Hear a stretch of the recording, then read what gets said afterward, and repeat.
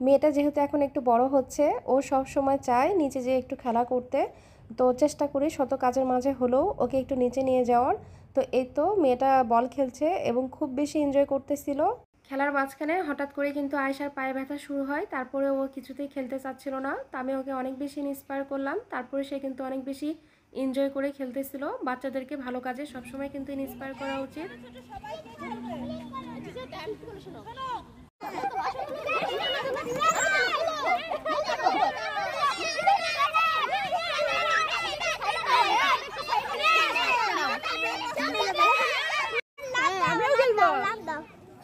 আম্মু